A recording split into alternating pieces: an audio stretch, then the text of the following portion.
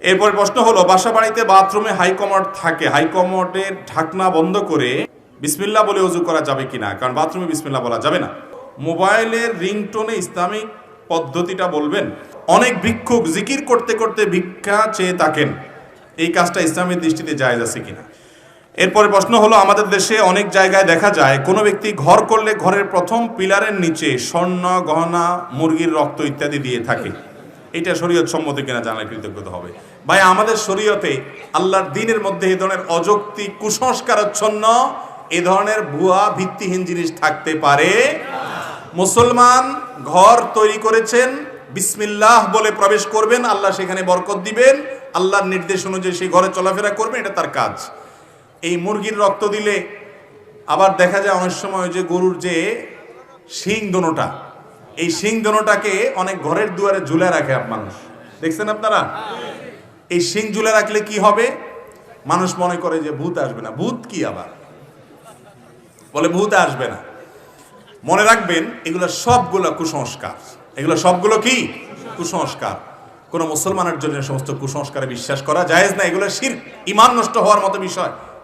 এগুলো শিরক। মুসলমানের কল্যাণ অকল্যাণের একমাত্র ক্ষমতা কার হাতে? অতএব আশ্রয় চাইবো আমরা আল্লাহর কাছে। আউযু বিল্লাহি মিনাশ শাইতানির রাজিম। আল্লাহ শয়তান থেকে আপনারা আশ্রয় চাই, দোয়া শিক্ষা দিয়েছেন আল্লাহ তাআলা। সেটা না করে আপনি পেরাক পুতলেন, আপনি রক্ত, মুরগির রক্ত আপনার সেখানে দিলেন, স্বর্ণ বলে দেয়, এটা কোনো কথা হলো? অনেকে স্বর্ণ ধুইয়া পানি দেয়, এগুলা সবগুলা ভিত্তিহীন। এগুলা করলে বরং গুনাহ হবে, কারণ এগুলো এক ধরনের শিরক। এগুলোতে কোনো শক্তি আছে এটা মনে করা হয়। মুসলমান সে শিরক বিশ্বাস করতে পারে না। মোবাইলের রিংটোনে ইসলামিক পদ্ধতিটা বলবেন।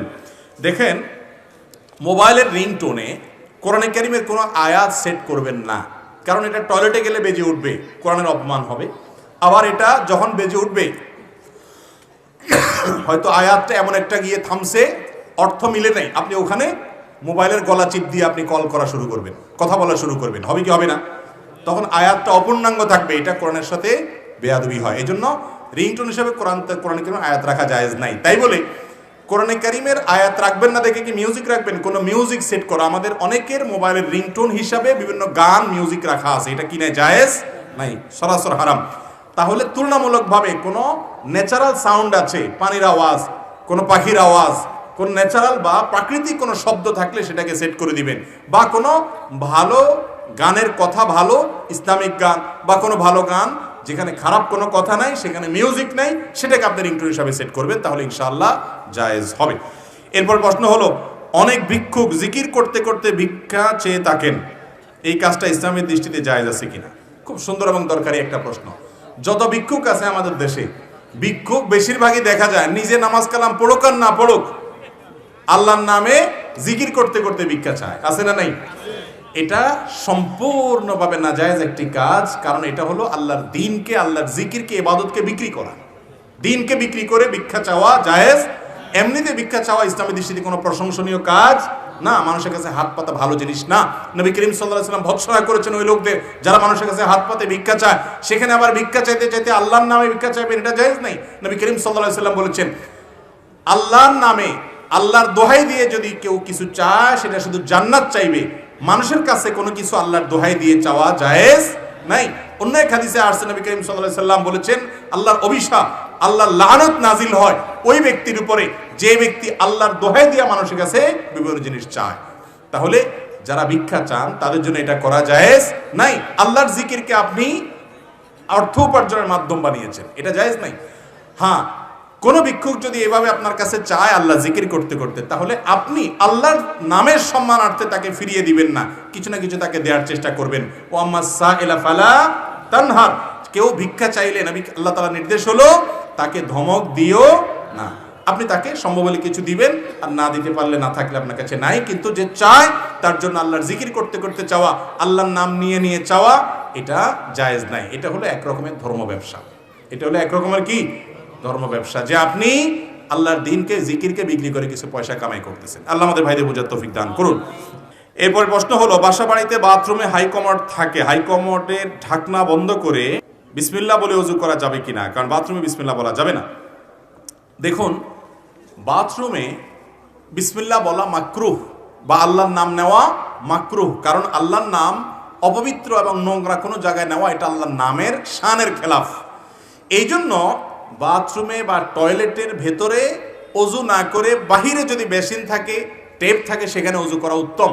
যদি কারোর বাহিরে কোনো ব্যবস্থাপনা না থাকে অজুর, তিনি বাধ্য হয়ে ভেতরে টয়লেটেই অজু করতে হয়, টেপে বা বেসিনে বা টয়লেটের ভেতরে, তাহলে সেক্ষেত্রে তিনি বিসমিল্লাহটা মনে মনে বলবেন, বলে অজু করে ফেলবেন। কথা কি বুঝাতে পারছি? বাহিরে যদি বেসিন থাকে বিসমিল্লাহ বলে হাতটা ধুয়ে শুরু করে বাকিটা আপনি বাথরুমের ভিতর করে আসলেন, আর বাহিরে এসে আবার দোয়া পড়লেন, কালিমায়ে শাহাদা পাঠ করলেন। এটা হলো উত্তম এবং নিরাপদ, কারণ টয়লেটে আল্লাহর নাম নেওয়া উচিত না। প্রশ্নকর্তা লিখেছেন যে কমোডের হাই কমোডের ঢাকনা দিয়ে দিলে কোনো সমস্যা আছে কিনা বিসমিল্লাহ বলাতে। তো এটা তো একটা আপেক্ষিক বিষয়। আপাত দৃষ্টিতে মনে হচ্ছে যে ঢাকনা দেওয়াতে তো ময়লা ঢাকা পড়ে গেছে, যার কারণে বিসমিল্লাহ বলা যায়, কিন্তু ঢাকনা দেওয়ার পরও সেটা টয়লেটের জায়গা, টয়লেট ঢাকনা দিলে যে সে টয়লেট না তা তো আর হয় না।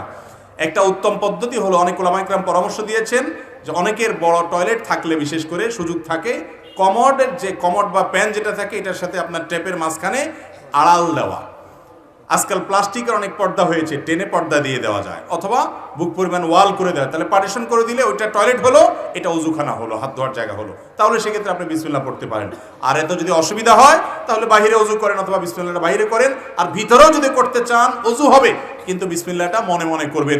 মুখেও যদি বিসমিল্লাহ বলেন তাতে অজু হয়ে যাবে, কিন্তু কাজটা অনুত্তম হলো। এটাকে আবার মানুষ এত হার্ডলি নেয় যে বাথরুমে তাহলে অজু করলে অজুই হবে না, অজু হবে না, ব্যাপারটা সেরকম না। বাকি আল্লাহর নামটা সেখানে নেওয়াটা অনুচিত, অনুত্তম কাজ, জাস্ট এইটুকু।